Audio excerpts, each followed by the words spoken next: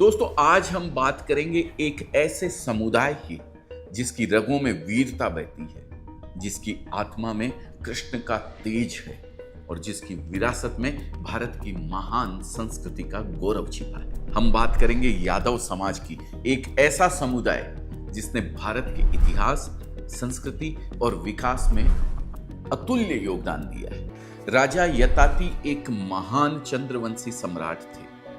उनके 5 पुत्र थे, यदु, द्रुहयु, तुर्वसु, आनव और सबसे छोटे पुत्र थे पुरु। सबसे बड़ा होने के कारण यदु ययाति के उत्तराधिकारी थे, लेकिन उन्हें पिताजी ने अपना साम्राज्य देने की बजाय एक श्राप दे दिया।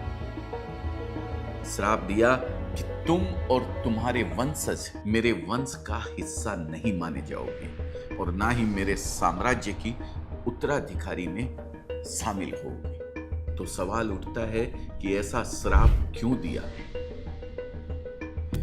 दोस्तों, सम्राट यताति ने अपनी पत्नी देवयानी को धोखा देते हुए एक दासी से संबंध बनाकर संतान उत्पन्न की।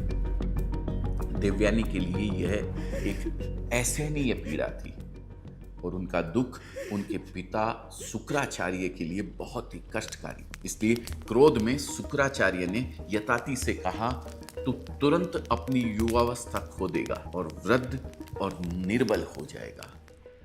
लेकिन यताति के क्षमा याचना करने पर शुक्राचार्य ने इस श्राप की एक काट उनको बताई और कहा कि तू अपनी वृद्धावस्था को अपने किसी पुत्र को देकर उसका यौवन ले सकता है। इसलिए यताति ने वह यौवन अपने ज्येष्ठ पुत्र यदु से मांगा, पर यदु ने उसे देने से इनकार कर दिया। हालांकि सबसे छोटा पुत्र पुरु इसके लिए तैयार हो गया था। इसके बाद यताति ने यदु को अपने वंश से अलग करके श्राप दे दिया। यदु राजसी उत्तराधिकारी से बाहर तो हुए, लेकिन उन्होंने अपनी सत्ता, संस्कृति और पहचान को और भी शक्तिशाली बनाया। उन्होंने इस श्राप को शौर्य, सम्मान और आत्मबल में बदल दिया। महान है वे यदु जिनकी अटूट निष्ठा, अपराजेय पराक्रम और धर्म के प्रति समर्पण के कारण स्वयं श्री कृष्ण ने यदु वंश में जन्म लेकर इस वंश को अमरत्व प्रदान किया। आज के युग का यादव उसी महान सम्राट यदु का वंशज है और यही वो आत्मगौरव है जिसे 26 करोड़ यादव यानी भारत की लगभग 20% आबादी बड़े गर्व से अपने हृदय में संजोए हुए। भगवान श्री कृष्ण ने न केवल अधर्म का नाश किया, बल्कि संपूर्ण मानवता को गीता के रूप में अमूल्य ज्ञान प्रदान किया। प्राचीन काल से ही यादव वंश ने भारतीय इतिहास में महत्वपूर्ण भूमिका निभाई। महाभारत काल में कुरुक्षेत्र के मैदान पर यादवों ने धर्म की रक्षा के लिए अपने प्राण न्यौछावर किए।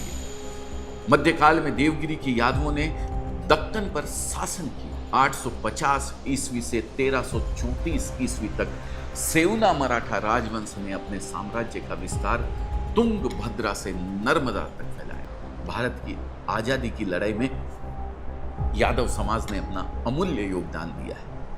हजारों यादव वीरों ने देश की आजादी के लिए अपने प्राणों की आहुति दी है। शायद आपको जानकर आश्चर्य होगा कि स्वतंत्र भारत के पहले एथलीट जिन्होंने ओलंपिक में व्यक्तिगत पदक जीता था, वो भी एक यादव थे। नाम था केडी जादव।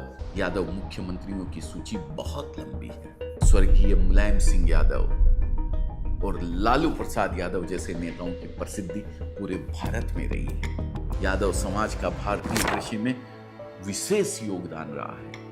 परंपरागत रूप से पशुपालन और कृषि से जुड़े यादवों ने भारत के अन्न भंडार को भरने में महत्वपूर्ण भूमिका निभाई। डिजिटल युग में यादव एंटरप्रेन्योर नए स्टार्टअप शुरू कर रहे हैं। यादव इंजीनियर नई टेक्नोलॉजी डेवलप कर रहे हैं। यादव वैज्ञानिक नए रिसर्च कर रहे हैं। अजमेरा फैशन की बात करूं तो हमारे साथ पूरे भारत से हजारों यादव व्यापारी जुड़े हुए हैं जो कपड़ों के बिजनेस में काफी अच्छा काम कर रहे हैं। दोस्तों, यादव समाज से हमें 5 बातें सीखने को मिलती है।